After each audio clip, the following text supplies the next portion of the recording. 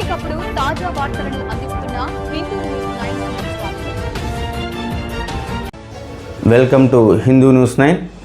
Ukraine Russia యుద్ధం మొదలై ఏళ్లు గడుస్తున్నా శాంతి జాడ కనిపించడం లేదు. రష్యాను ఇక్కడ ఆపకపోతే అది మూడవ ప్రపంచ యుద్ధానికి దారితీస్తుంది అని ఉక్రెయిన్ అధ్యక్షుడు జెలెన్స్కీ పదే పదే హెచ్చరిస్తున్నారు.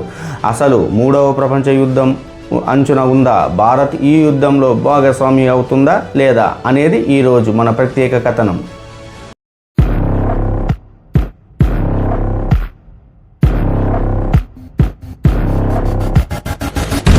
జెలెన్స్కీ హెచ్చరికల వెనుక ఉన్న భయం ఏంటి? జెలెన్స్కీ వాదన ప్రకారం రష్యా గనుక ఉక్రెయిన్లో విజయం సాధిస్తే తదుపరి లక్ష్యం నాటో దేశాలు అవుతాయి. నాటో దేశంపై దాడి జరిగితే అమెరికా సహా అన్ని సభ్య దేశాలు యుద్ధంలోకి దిగాల్సి వస్తుంది.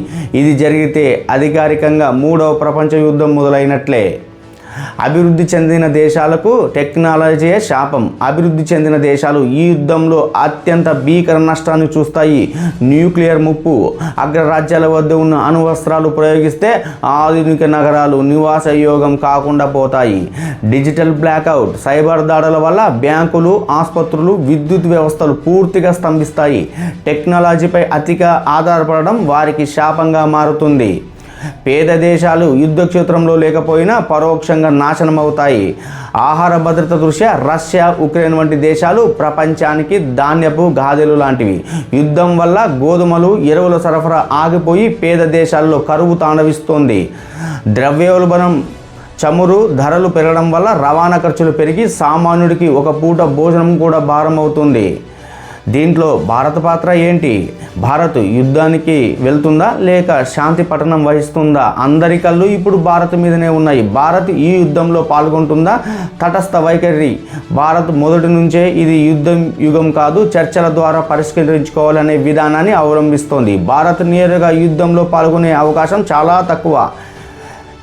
ప్రపంచ దేశాలు భారత్ను ఒక శక్తివంతమైన మధ్యవర్తిగా చూస్తున్నాయి. మోదీ ప్రభుత్వం అటు రష్యాతో పాటు ఇటు పాశ్చాత్య దేశాలతో సన్నిహితంగా ఉండడం వల్ల యుద్ధాన్ని ఆపే కీలక శక్తిగా భారత్ నిలుస్తుంది. ఆర్థిక దెబ్బ.